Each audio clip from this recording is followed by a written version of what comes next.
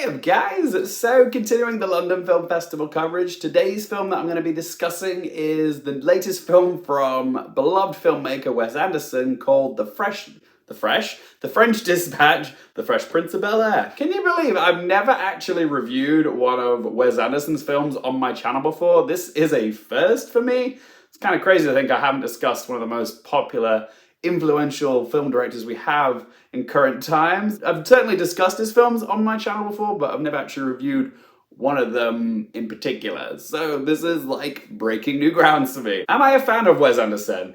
I am, but I wouldn't call myself a die-hard fanboy or anything. I know Wes Anderson has a huge, very vocal and loving fan base, particularly on film Twitter, but with his work, for me, I tend to enjoy his films, but I don't love them. I certainly appreciate him as a filmmaker. He's one of the few working auteurs of today who has a very distinct, recognizable style. Like, you know when you're watching a Wes Anderson movie. It's just, there's something about his sensibilities in his films which I have difficulty connecting with on an emotional level. I always feel a little bit detached while I'm watching his films. But anyway, shall we talk about The French Dispatch? I was certainly excited for this movie, more so for the fact that it features like half the A-listers in Hollywood in the cast. But what did I think of it?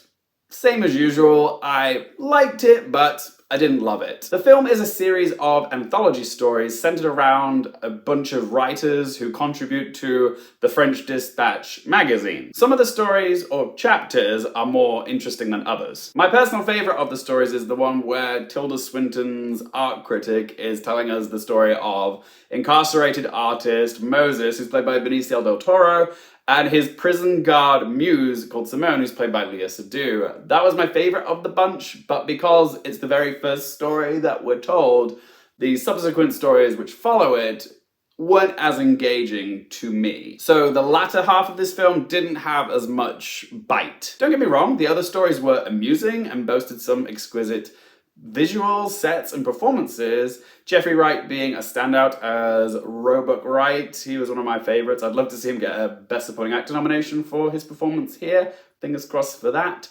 But yeah, I definitely enjoyed the first half of this movie more than I did the second. I really wish I did enjoy this movie more, but honestly, I just thought it was fine. I got what I expected from it. It ticks a lot of those Wes Anderson boxes, like clean, pristine camera work, voiceover. It's smartly written, it's got gorgeous, picturesque cinematography. It is a very, very pretty film to look at. It features a cast of Anderson regulars: Adrien Brody, Owen Wilson, Bill Murray, Tilda Swinton, Jason Schwartzman, Ed Norton, and Willem Dafoe. It's got a playful score from Alexandre Desplat, and it's got plenty of that Wesy wit. I wasn't like laughing out loud in hysterics, but I did chuckle from time to time. It's very well put together, but because it was everything I expected from a Wes Anderson movie, there was nothing about it that particularly surprised me. It's very much his work in his style, but it's a style which he's quite frankly mastered. He's too good at what he does to his own detriment. His work feels too familiar and predictable now. Granted, he is a master of what he does, all praise deserved, but nothing about The French Dispatch wowed me. Nothing felt particularly new. Like I said, it's what I expected. It's more of the same. So I was asked them 3 questions. Firstly, would I watch this again? I'm not dying to see this film again anytime soon, but there's enough good qualities about it to make me want to revisit again someday. But yeah, it's not a film I'm gonna go out and buy a copy of and add to the collection. Question 2, do I recommend it? This is the Wesiest of Anderson's work. It's got all his usual ingredients, so Anderson fans are sure to enjoy this dish, but if you're like me, you might be craving something new from Wes Anderson, something else off the menu. But yes, if you do appreciate Wes Anderson's work, then I do recommend it. And third question, what score do I give it out of 10? There is a lot to praise about The French Dispatch. It's got pretty visuals and cinematography, a star-studded cast who are all clearly having fun, and the direction is on point as well. It is a very well-made piece of cinema, but it just lacks anything surprising from Wes Anderson. So I'm gonna give The French Dispatch a score of 5 out of 10.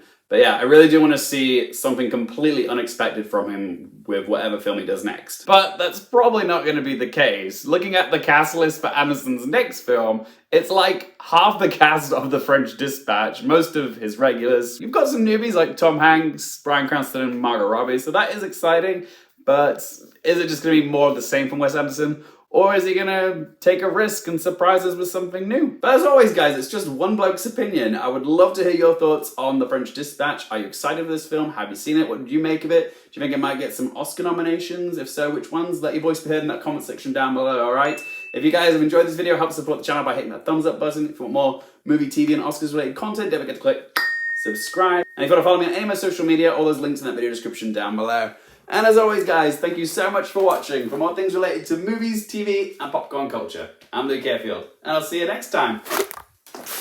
I missed the camera.